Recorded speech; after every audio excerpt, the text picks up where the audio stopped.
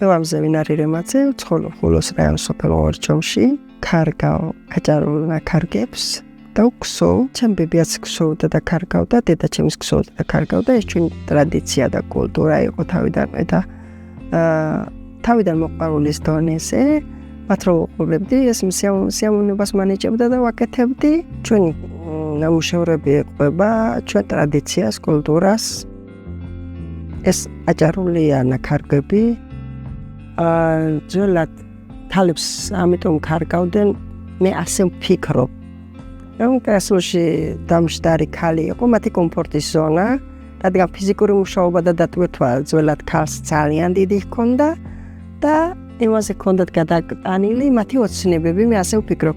ოცნების ხე არის ქალები რო ზიან, შუაზე არის ოცნების ხე და იქით-აქეთ ზიან ქალი ბატონები და ამით ალამაზებდნენ სახლებს და ურევდნენ ისე რომ ჰქონოდათ ისეთი ცხოვრება, მე ასე ვფიქრობ.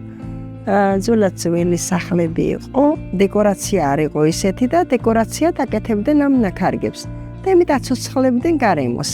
ჩვენთან ძველად ქალს ყველა ქალმა იცოდა კარგვა ქსოვა. წინდა რომ მოექსოვათ შვილისთვის, მეუღლისთვის. გზითვისაც მოქონდათ ადრე ქალებს ნაქარგები და ნაქსოვები. ამიტომ ყველა ქალს უნდა სცოდნოდა რომ გელამაზებინა ოჯახი, სახლი. სასტუმრო ოთახი, თავისი ოთახი.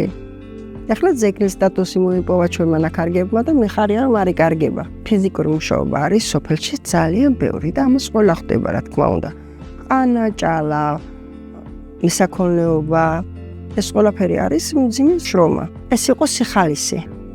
ნაქარგის სიფერადი ეს არის, როგორ ცხოვრებას გინდა ადამიანს, ისეთი გადაგაქვს. არ ვამბობ რომ რამდენადაც მოწყენილი არის ადამიანი, ისე აცვია, ისე აკეთებს. მე ასე არ ვფიქრობ. ის უფრო მე ვფიქრობ რომ სიფერადეს აკეთებს, რომ აღექვამს ისეთი უნდა ცხოვრება, მე ასე მგონია უფრო. ჩემი ოცნება იყო სწავლა, რა თქმა უნდა. შუშუმოპირი ვიყავ. ადრე შუშუმოპირის გადაადგილება წელსაც საქართველოში ეხლაც რთულია.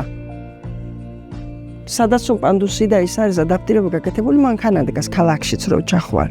სოფელში მით უმეტეს და ახლა სწავლა ძალიან რთული რომ იყო, ვერ ვისწავლე და ეს მაინც ვნახე მე ვფიქრობ.